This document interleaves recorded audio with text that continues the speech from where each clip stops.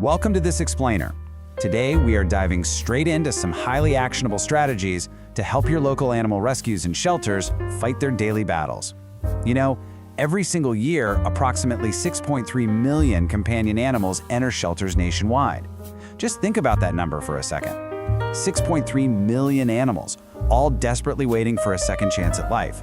And while adopting a pet is an absolutely profound, life-changing act of compassion, the harsh reality is that these local organizations need far, far more than just adopters to survive. They are in a constant, daily struggle against limited resources, severe understaffing, and just heartbreaking overcrowding. So we're going to explore exactly how you can step up and be part of this solution. Have you ever looked at a vulnerable shelter dog or cat and thought, man, I really wish I could do more? Well, if you have, this is built entirely for you. We're going to build what you might call a ladder of engagement. We aren't just talking about opening your wallet and giving cash, we're talking about a whole journey. A journey that starts with your time and scales all the way up to utilizing your completely unique talents and your voice to become a true powerhouse advocate for animal welfare. All right, let's jump right into Section 1, Hands-on Care and Fostering, the foundation of shelters. Getting started as a volunteer really comes down to three basic but incredibly vital steps.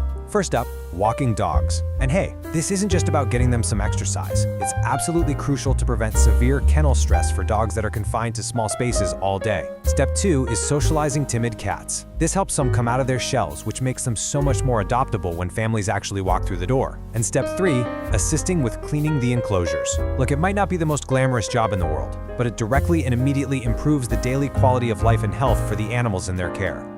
Now, if you want to make an even deeper impact, fostering is the answer.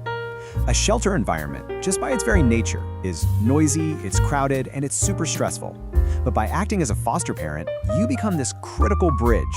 You instantly free up a shelter cage for another desperate animal, all while giving your foster pet a quiet, safe space to just decompress. They get to heal from trauma and learn how to be a beloved family member.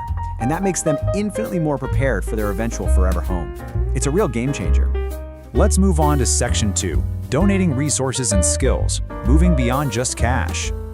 Contributing resources extends way beyond simply writing a check. Listen, shelters burn through physical supplies at a genuinely alarming rate. So, the next time you're visiting the pet store, consider picking up some extra supplies. Things like high-quality food, cat litter, heavy-duty toys that can withstand tough chewers, and grooming tools. You can drop these off directly at your local rescue, and trust me, they're going to be put to use almost immediately.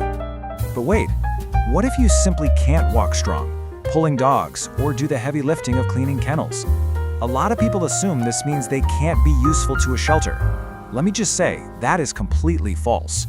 Because here's the thing, shelters run just like small businesses, which means donating your professional talents is desperately needed. If you have a background in carpentry or painting, you could offer to repair their facilities. If you're a skilled writer or photographer, you can create these incredibly compelling adoption profiles that help overlooked animals actually get noticed. And if you're a web designer, wow, you could completely revolutionize how they operate by upgrading their newsletters and websites to drive way more donations and adoptions. You don't even have to be an adult professional to pitch in. You can instill these philanthropic values in the next generation right now. Try teaching young children to organize fun community fundraisers. You know, classic things like bake sales or lemonade stands. Dedicate all those proceeds directly to the local shelter. It brings the whole neighborhood into the cause, and honestly, it is a fantastic, energetic way to build community awareness from the ground up. Okay, shifting gears to Section 3, becoming an animal welfare advocate. To be a truly effective advocate, you first need to stay in the loop. Monitor reputable organizations like the ASPCA or the Humane Society for updates on animal welfare legislation and local rescue needs. Then, armed with that knowledge, you become a vocal ambassador. Share your own positive adoption experiences. When friends say they want a pet, actively guide them to adopt rather than purchasing from breeders. Leverage your social media platforms to highlight urgent rescue cases and share those fundraising campaigns. By essentially acting as an unpaid PR rep, you shift the cultural narrative toward rescue and amplify the shelter's reach far beyond their immediate neighborhood. You literally become a megaphone for these animals. Finally, we've reached Section 4, the ultimate commitments. Expanding your pack or starting a rescue. Consider the profound power of two. Look, saving one life is wonderful, no doubt about it.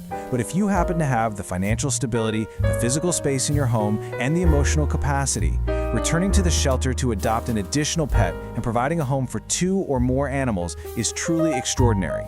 Expanding your pack directly saves multiple lives, and it immediately opens up multiple spots in the shelter system. But for a select few, there's an even steeper path. Starting a brand new rescue organization is definitely not a decision to take lightly. It requires strong business acumen, extreme objectivity to make some incredibly difficult emotional decisions, and just an unyielding dedication to the cause. You have to navigate complex legal frameworks, manage volunteers, and handle really intense situations daily. But if you consult comprehensive resources from established organizations, dedicated individuals really can build brand new, sustainable sanctuaries for animals who literally have nowhere else to turn. So, as we wrap up, remember that supporting your local animal shelter goes far beyond just a single act of kindness. It's an ongoing, vital commitment to improving the lives of vulnerable animals in your community. Whether you choose to foster a frightened dog, donate your web design skills, or advocate for adoption among your friends, your ongoing contribution creates this beautiful, vital ripple effect of positive change. So, the crucial point I really want to leave you with in this explainer is this. Knowing that you have the time, the talent, or the voice, whose life will you change today? The opportunity to make a massive difference is waiting right now at your local shelter. Thank you so much for joining me, and I highly encourage you to take that very first step today, whatever it may be for you.